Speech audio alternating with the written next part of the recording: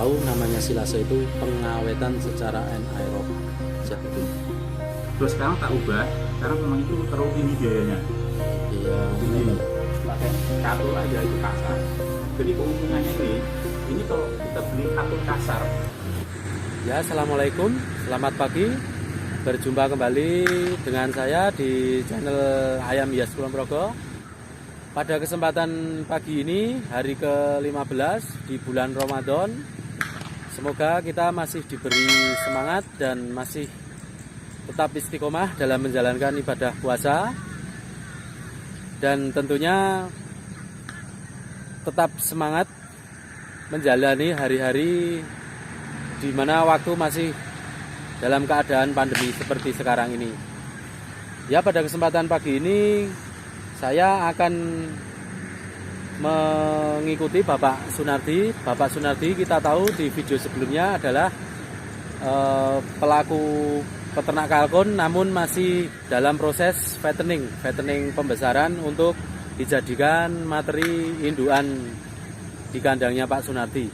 Jadi kemarin pernah saya singgung untuk pakannya Bapak Sunardi adalah hanya menggunakan pakan berupa enceng gondok. Yang tentunya enceng gondok itu adalah makanan klasik apa yang dimakan oleh kalkun dari dulu di Jogja itu. Entah dulu siapa yang pertama memulai kalau enceng gondok itu adalah makanan favorit utama kalkun, namun sampai sekarang image dari masyarakat tersebut ketika memelihara kalkun pakannya adalah enceng gondok. Dan pada kesempatan pagi ini saya sudah janjian dengan Pak Sunardi. Saya sudah meminta izin dan Pak Sunardi juga membolehkan ketika formulasi pakan Pak Sunardi yang diberikan dengan piaraan kalkunnya boleh dipublikasikan ya. Kita tahu pagi ini adalah pagi yang sangat cerah dan ternyata Pak Sunardi sudah ada di sana di sawah kosong, mungkin sawah yang sudah dibeli orang tidak digarap, dan disinilah tumbuh tanaman enceng. Ya, kita lihat Pak Sunardi sudah sibuk dengan mengambil enceng yang sangat lebat. Kita langsung ke sana aja ya. Kita berbincang-bincang sedikit dengan Pak Sunardi.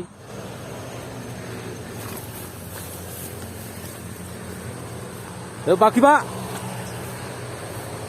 Ya, kita saksikan sama-sama ini Pak Sunardi. Begitu semangatnya mencari pakan hewan ternaknya.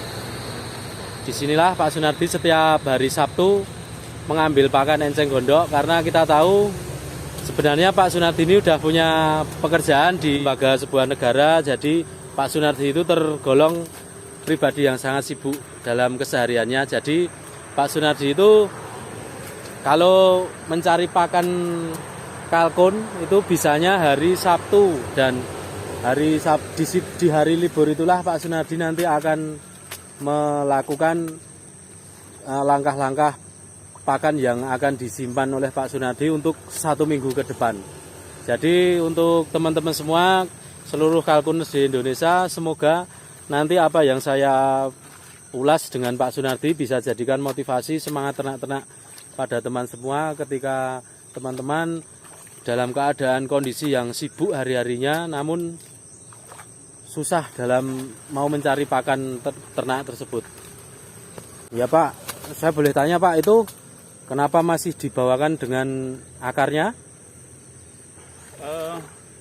Ini alasannya yang pertama, kalau misalnya kita potong langsung ke daunnya gini seperti ini pertama ini karena ini dalam kondisi dipakai dalam waktu lama, maka kalau kondisi seperti ini nanti ini akan cepat kering Ya. gitu. Oke, Jadi makanya itu yang pertama. Kemudian yang kedua, kalau ini misalnya langsung kita hilangkan gagangnya masih ada, hanya kita buang akarnya, itu nanti pembawaannya untuk membawa itu lebih mudah, membawa pulang mudah, dan itu untuk Bila bisa berkaitan, menggilingnya juga lebih mudah gitu. Ya. Jadi makanya kita Mas. Ya. Karena ini kan mau dipakai untuk 1 minggu. 1 minggu ya. Jadi Ini makanya itu sampai akar-akarnya. Kemudian nanti setelah sampai rumah itu biasanya nanti saya setiap pagi sore itu biasanya saya siram gitu supaya itu tetap segar gitu. Jadi insya Allah itu untuk 1 minggu itu kuat dalam kondisi dihilangkan akarnya, batangnya masih ada gitu. Gitu. ya, ini tadi alasan kenapa Bapak Sunardi membawa pulang encengnya itu dengan akarnya itu agar memperlambat proses kelayuan enceng gondok tersebut. Kita tahu enceng gondok adalah pakan yang sebenarnya itu sangat rendah sekali proteinnya dan serat kasarnya itu sangat tinggi. Namun nanti ada yang beda, apa yang dilakukan Pak Sunardi tetap beda dari yang lain. Namun nanti kita bisa lihat sama-sama hewan ternaknya itu baru proses fattening, mau menjadikan materi induk ternak. Jadi untuk arah ke branding Pak Sunardi itu. Namun sekarang posisinya dalam posisi fattening, pembesaran dan penggemukan. Nanti ke depan Pak Sunardi juga akan ternak ini. Ya, nanti ikuti terus video ini sampai selesai. Kita sampai ke rumah, kita melihat apa yang dilakukan Pak Sunardi untuk menampung pakan tersebut agar kuat dalam waktu yang agak lumayan lama, karena kita tahu beliau yang sangat sibuk. Masih muda ini senang banget memang. Itu saya sering misalnya yang tua-tua sana.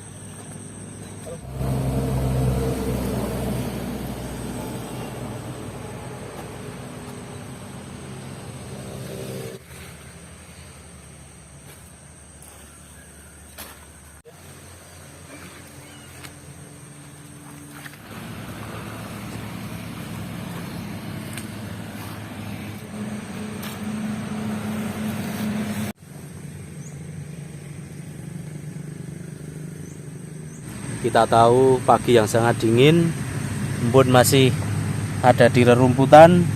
Namun di sisi lain kita melihat sosok beliau adalah orang yang semangat. Jadi bisa dijadikan motivasi kita semua bahwa beliau yang menginjak usia sudah tidak muda lagi, namun beliau masih bisa berinovasi, mencari kesibukan hari-harinya.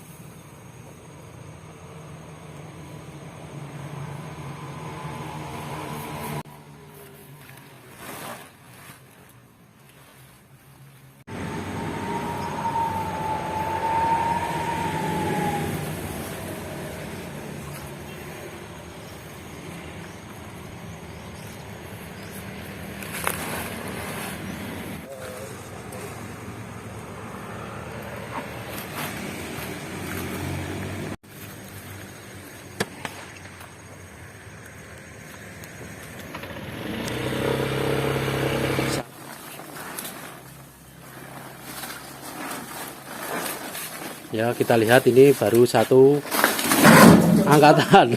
Ini berat banget ini. Ini satu angkatan, di sana masih seperti segini. Jadi ini untuk pakan stok ke depan dalam waktu kurang seminggu ya Pak ya. Seminggu nyampe. Inilah apa yang dilakukan Pak Sunardi seperti ini. Jadi nanti kita ikuti bagaimana proses-prosesnya, apa formulasi apa yang dilakukan Pak Sunardi untuk pakan ternaknya. Ya, sekali lagi Pak Sunardi saat ini baru proses fattening dan pembesaran untuk ke arah breeding. Jadi nanti kedepannya Pak Sunardi ini tetap breeding. Ya, mudah-mudahan Pak Sunardi ini adalah pelaku-pelaku fattening untuk pedaging, karena sampai saat ini pelaku fattening itu belum banyak di Indonesia, jadi masih sangat minim.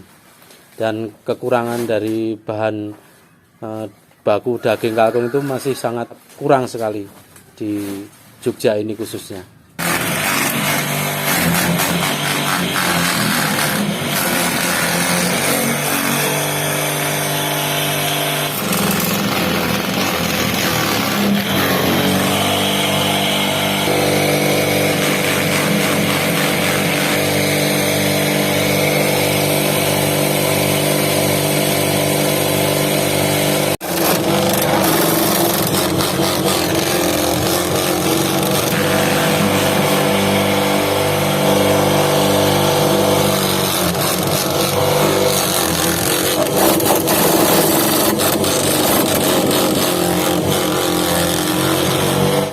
Pak, ini kenapa kok harus disiram? Ya ini supaya enceng yang kita barusan cari tadi itu bisa tahan lama, yang pertama. Dan ini kalau ini memang harus disiram pagi dan sore. Ya, makanya ininya biasanya akarnya kan tetap masih ada. Iya. Dan ini untuk memperkuat daripada ketahanan daripada enceng gondok ini. Jadi ini pagi ini harus disiram sampai basah. Baru setelah disiram ini nanti ditutup. Ditutup, baru nanti sore lagi nanti disiram lagi. Itu bisa insya Allah bisa tahan seminggu. Ya, kita tahu pakan adalah faktor terpenting dalam kita berternak. Jadi keberhasilan dari ternak tersebut juga tergantung dari kondimen-kondimen pakan dan kandungan-kandungan nutrisi pakan tersebut. Ya, kita sama-sama lihat, inilah beliau Pak Sunardi pada pagi hari ini beliau sudah mau meracik pakan dan ini adalah kondimennya. Pertama adalah bekatul. Usahakan, kita tahu bekatul itu bermacam-macam pilihan. Bekatul yang bagus itu kalau kita pegang itu dingin di tangan, terasa anyep, tidak panas, tidak kasar. Itu adalah dan banyak menirnya tentunya.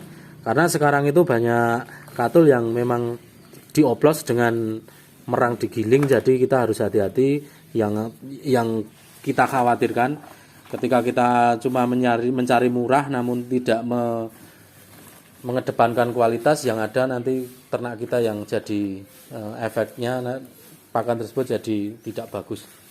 Nah, ini adalah katul dan ini adalah ampas ketela. Ampas ketela. Terus ampas ketela ini ya Pak ya, sedikit basah ya. Jadi memel. Iya, memel. Ini memel. Ampas ketela sama bekatul dicampur, Pak. Ini sudah campur sebenarnya. Ini sudah ampas ketelanya sudah agak kering sebenarnya. Saya sebenarnya lebih suka yang lebih basah gitu. Jadi ini memang saya beli ada kemarin 30 karung dan ini waktunya saya sebenarnya juga sebenarnya ini mau tak campur semua, tapi karena waktunya saya nggak ada, jadi bisanya seminggu sekali saya bisa nyampur gitu. Sekali nurunkan ampas ketela ini berapa sak Pak? Berapa karung Pak? Kok ini banyak? Saya biasanya ini belinya itu 20 karung. Ya, ini 20 karung, ini saya beli dari daerah sini, daerah Klaten, tapi saya tanya-tanya yang penjualnya ini dari ampas ketela dari mana. Dia menjelaskan bahwa ini katanya ampas ketela dari Lampung. Ya. Yang di sana sebenarnya dari pabrik perusahaan mungkin tapioka. Tapioka. Sebenarnya bahan-bahan seperti ini ampas ketela ini sebenarnya itu dibuang. Jadi betul-betul limbah ini ya Pak, ada limbah sana. Betul, di sana limbah, dari Lampung sana di limbah. Dan sebenarnya yang orang di sini itu hanya tidak membeli di sana, hanya biaya transportasi aja gitu. Ya, kita tahu ini adalah ampas ketela. Kalau di Jawa ini namanya gamlong. Jadi ini kata beliau, ampas ini didatangkan dari Lampung, daerah Lampung, dan kita tahu dari di sana itu ampas ketela itu hanya limbah. Sebenarnya kan awalnya saya tuh berpikir gini. Awalnya saya kan pakai campurannya pakai katul, kemudian pakai polar, kemudian pakai katul, polar, pakai karak gitu. Terus sekarang tak ubah karena memang itu terlalu tinggi biayanya. Jadi kalau pakai polar itu sebenarnya tak campur dengan katul, itu kan gunanya untuk untuk melembutkan daripada pakan itu sendiri. Kalau hanya dipakai katul aja itu kasar. Jadi keuntungannya ini kalau kita beli katul kasar, misalnya beli katul kasar itu nggak masalah. Sekasar apapun pun nggak masalah. Karena kalau dicampur dengan ampas stella ini akan menjadi lembut nanti. Nanti bisa kita videokan terkait mengenai hasil terkait mengenai ini. Jadi kalau dicampur dengan awalnya tak campur dengan Gamblong. Gamblong. Iya, ini gamblong. namanya gamblong. Gamblong kalau di Jawa gamblong. Ya. Atau ampas stella gitu. Berarti motivasi awal menggunakan gamblong itu karena biaya HPP dari pakan yang Bapak berikan dulu itu jatuhnya lebih mahal ya Pak? Mahal, karena ada campurannya, harus ada polar, saya pakai polar, kemudian pakai karak itu, dan karak itu pun harus direbus dulu baru dikasihkan, dan itu baru bisa lembut gitu. Iya. Nah, itu sebenarnya ada satu lagi, ini lebih bagus lagi kalau ada ampas tahu.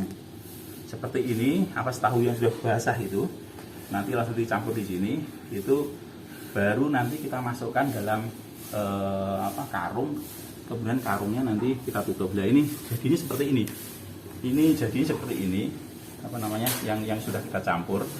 Nah, ya ini, Pak, saya boleh tanya, kenapa kok nggak menggunakan ampas tahu Pak? Kan kita tahu dari kedelai itu nilai nutrisi proteinnya sangat tinggi.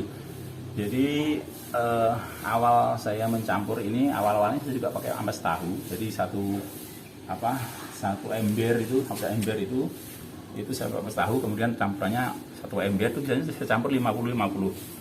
Ampas stella itu 50 satu ember, kemudian katulnya satu ember, kemudian ampas tahunya satu ember. Lah itu sekarang tidak saya lakukan pakai ampas tahu karena ampas tahunya di tempat saya itu lumayan mahal gitu. Jadi itu biasanya rebutan ya Pak? Iya, di tempat saya itu ada pabrik tahu itu. Saya pernah datang ke pabrik di sana. Saya tanya, saya ingin membeli, tapi katanya sudah nggak dijual karena sudah ada pengepul yang akan dijual. Sudah di backup biasanya, sudah di backup, di kontrak. Itu satu ember itu kan harganya sudah 25.000 itu. Kan lumayan mahal, jadi saya sudah nggak pakai itu lagi. Kalau memang biasanya saya beli itu hanya 10.000 satu ember. Kalau 10.000 saya masih berani gitu. Tapi kalau 25.000 saya angkat tangan. Tapi kalau memang ada, itu sebenarnya lebih bagus ampas tahu itu juga lebih bagus. Dan itu ketika dicampur seperti ini dengan gamblong, ampas tahu dan katul itu bisa tahan sebulan, bisa tahan. Dan nanti biasanya kalau kita masukkan plastik seperti ini sudah jadi ini. Ya, ini sudah jadi. Ya, kita lihat yang sudah jadi ya teman-teman. Ya, ini sudah ada seminggu yang lalu adanya. Tapi ini sebenarnya ada yang juga kemarin banyak, tapi karena saya nyampurin belum ada waktu. Dan ini yang sudah jadi. Ya. Dan ini jadi itu harum baunya. Harum. Jadi tidak apa. Jadi ini harum baunya. Tapi ini jadi ini tidak busuk. Dan ini sudah jadi. Jadi ini mau disimpan sebulan juga nggak masalah. Yang penting setelah pakai sudah seperti ini sudah jadi. Ya ini harus dikasih nih, saya pakai sampah nih, pakai sampah. Dan setelah jadi seperti ini, kita masukkan dalam karung. Dan ini harus ditutup, rapat harus ditali. Nanti harus ditali rapat, baru nanti kita menggunakan harus ditali rapat lagi. Kalau nggak ditali nanti akan menjadi busuk di dalamnya. Dan ini bisa tahan 1 bulan. Ya saya pernah lihat di video-video juga yang terkait penyampuran ini, tapi katanya dia kok nggak tahan lama, tapi kok beda nih, saya tahan lama. Kemungkinan yang di video-video itu saya lihat itu nggak pakai plastik seperti ini, nggak rapat, jadi udara masuk, jadi sehingga tidak tahan, seminggu pun nggak tahan. Tapi ini setelah diberikan plastik sampah itu ditutup rapat seperti ini, ditali, itu bisa tahan sampai seminggu. Yang penting udaranya jangan sampai masuk. Ya, jangan sampai ada udara yang bisa masuk. Ya, Pak Sunardi ini melakukan pembuatan pakan dengan model silase. Kita tahu silase itu pembuatan pakan dengan pengedapan anaerob. Jadi kalau aerob itu mengisi oksigen, kalau anaerob itu harus tanpa oksigen. Jangan sampai ada oksigen masuk, karena ketika oksigen masuk itu terjadinya fermentasi tidak akan terjadi. Jadi kita butuh pembuatan asam laktat apa ya kalau nggak salah. Nanti bisa teman-teman cari. Asam laktat itu akan menimbulkan wangi di bahan pakan tersebut. Ya, silase itu kita tahu ketika jenengan semua, teman-teman semua itu sibuk, itu bisa teman-teman tiru langkah Pak Sunardi ini. Ini karena dari data yang saya tahu, silase itu kuat kurang lebih maksimal 8 bulan. Jadi ketika sibuk teman-teman bisa menyiapkan pas hari libur, pas hari anu itu seperti Pak Sunardi ini langsung cari banyak skala besar langsung disimpan. Itu akan mempermudah kita kalau kita sebagai orang yang sangat sibuk. Jadi nanti sanak kerabat keluarga kita bisa kasih pakan sewaktu-waktu kalau ketika kita masih dalam kesibukan. Ya, kita lihat lagi ini adalah cara yang kedua. Kalau yang tadi itu yang di silase itu cuma gamblong dan bekatul. Ini tadi tanpa penguat ya Pak, tanpa tambahan pakan pabrik ya. Tanpa tambahan pabrik.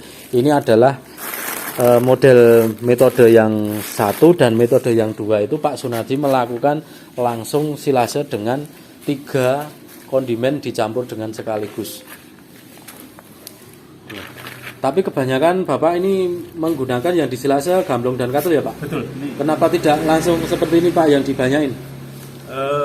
Kalau ini saya belum mencoba untuk dengan Enceng. dicampur dengan enceng gondok, saya belum pernah coba. Karena biasanya yang saya kasihkan tuh ke yang setelah saya rajang yang baru gitu. Jadi setelah berarti untuk hijauannya fresh? Ya, fresh itu. Dan biasanya kalau masih baru digiling gini nanti kan langsung makannya itu langsung anu. Tapi kalau ini saya belum coba, tapi ini saya coba dulu. Nanti saya coba, nanti hasilnya gimana nanti kita lihat dulu nanti. Ya. Setelah kita anu, ini coba saya coba juga. Ini saya campur enceng ini gondok. Berarti 3 kondimen langsung ya Pak. Silasenya yang tadi itu 2 kondimen, hijauan itu segar. Namun kita tahu namanya silase itu pengawetan secara anaerob. Jadi kita butuh itu pakan itu terjaga kandungan nutrisinya, karena kita tahu silase itu menjaga kandungan nutrisi tetap sama seperti hijau pada awal kita motong. Ya, kita campur ini. Ini adalah langkah metode yang kedua, mungkin bisa teman-teman juga aplikasikan di ternaknya teman-teman semua. Ini Pak Sunardi juga melakukan sekaligus 2 langkah. Yang satu cuma gamblong dan bekatul, yang ini sekalian 3 kondimen untuk di silase. Apa yang perlu disiapkan untuk pembuatan silase itu apa saja Pak? Yang pertama dari untuk hijauan. Ya, setelah ini kita campurkan, tadi sudah ada pencampuran antara gamblong, katul sama yang pertama itu alternatif pertama. Kemudian yang kedua ini saya coba nih untuk menggunakan tak campur ketiga-tiganya antara enceng gondok, gamblong sama katul. Nah, ini sudah tak campur ini. Jadi kemudian yang kedua kita siapkan adalah plastiknya. Plastik ini plastik sampahnya ya. Nah, ini kita coba dulu, kita pakai. Ini harus tidak bocor. Ya, ini bocor. Kuncinya tidak bocor ya teman-teman kalau menggunakan plastik. Ini supaya nanti kalau bocor nanti ini akan jadi busuk ya. Ini supaya ini harus dilakukan. Kemudian karung. Ini karung nggak apa-apa, tapi kalau nggak ada karungnya, tapi kadang nggak kuat ini. Kita masukkan dalam karung. Ya, selain bisa menggunakan plastik, teman-teman kalau punya drum itu lebih bagus. Namun drum itu juga harusnya jangan terlalu besar kalau skala ternak kita cuma sedikit. Karena nanti yang terjadi kebanyakan buka tutup itu akan mengurangi kualitas dari anaerob tersebut. Nanti yang ada malah bakteri jadi masuk. Itu malah akan mengakibatkan jadi racun. Jadi efek dari silase yang tidak jadi itu akan menjadi racun. Ciri-cirinya ya tidak wangi kalau yang tidak jadi ya Pak ya. Ya. Betul kan Pak? Betul. Ya, ini seperti itu. Jadi biasanya harum. Itu harum. Itu sama seperti fermentasi seperti tape juga. Ya, penapean ya. Jadi biasanya kan pasti harum dia. Iya. Seperti baju tebu itu biasanya kalau tadi. Itu ciri-cirinya kalau jadi. Ya, ini setelah dicampur merata, sekiranya sudah merata ini baru dimasukkan. Jadi ya. sama sekali tidak ada campuran terkait mengenai E4-nya atau mungkin Tidak ada star ya, probiotiknya nggak ada ya Pak ya. tidak ada. Jadi murni silase ini. Ini Fermentasi tanpa tambahan prebiotik ini. kita masukkan ke plastik ini.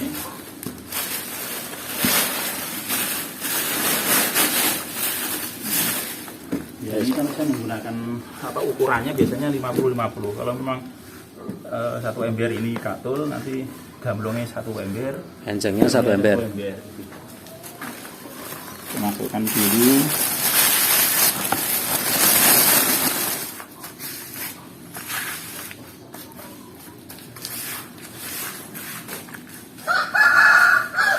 Ya, ini setelah di sini, ini harus dipadatkan gini. Nah, jadi dipadatkan aja nggak apa-apa. Harus dipadatkan Pak. Iya, dipadatkan aja. Dipadatkan aja supaya nanti nggak ada udara juga, nggak ada celah udara.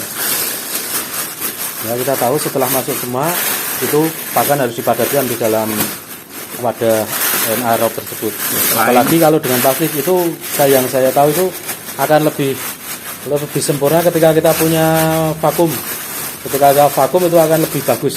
Namun kita tidak menggunakan vakum itu hasilnya sudah bagus, terjadi fermentasi yang sangat wangi. Ini bisa teman-teman lihat, apalagi teman-teman yang dekat dengan pabrik singkong itu sebenarnya prospek ketika mau memanfaatkan limbah dari gamblong tersebut. Ini sangat mudah. Ya. Ini tinggal nutup, tinggal nali. Yang kuncinya di tali harus rapat karena kita membutuhkan anaerob. Ketika aerob itu diisi dengan oksigen, anaerob itu tanpa ada oksigen yang masuk. Ya, kita lihat sama-sama, inilah seperti ini caranya. Itu harus dipreskan.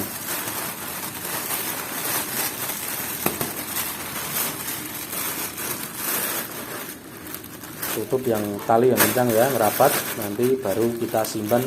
Ini dari data yang kita tahu, kita cari itu 8 bulan maksimal untuk silase model seperti ini. Ya, demikian tadi kita mereview Pak Sunardi, aktivitas kesibukan beliau karena beliau bekerja di lembaga negara, jadi beliau itu sangat sibuk. Kita tahu beliau hanya bisa cari pakan ternak untuk kalkun itu hanya bisanya 1 minggu sekali pada hari Sabtu.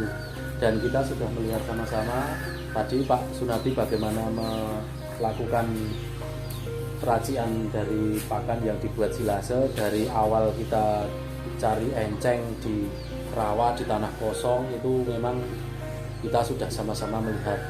Jadi untuk teman-teman, semoga apa yang kita ulas tadi bisa bermanfaat bagi kalian.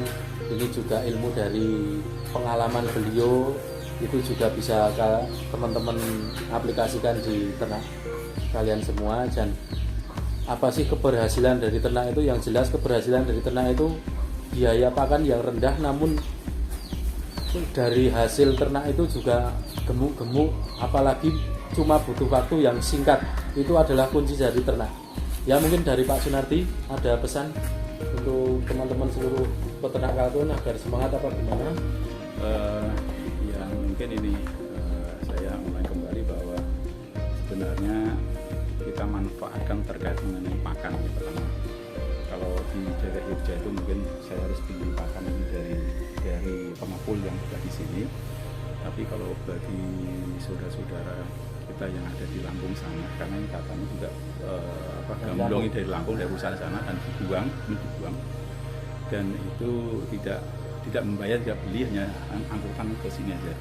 Jadi bagi saudara-saudara saya yang di Lampung sana itu bisa memanfaatkan limbah dari pabrik ini untuk beternak kalkun. Itu yang pertama. Kemudian dan itu sebenarnya dengan adanya pengolahan limbah gamblong ini menjadi ternak kalkun juga menentukan dua belah pihak antara perusahaan dan peternak kalkun sendiri. Bisa dimanfaatkan oleh warga sekitar. Pakan yang telah saya lakukan ini nanti kita lihat di kalkun saya bagaimana pembuktiannya ya. Kemudian dari daya makan, nafsu makannya. Itu namanya apa bahasa ya, cuma itu Pak Ya. ya. Sekian dari kami. Kalau teman-teman semua ingin belajar langsung atau mau melihat ternaknya beliau Pak Sunardi, bisa datang kemana Pak?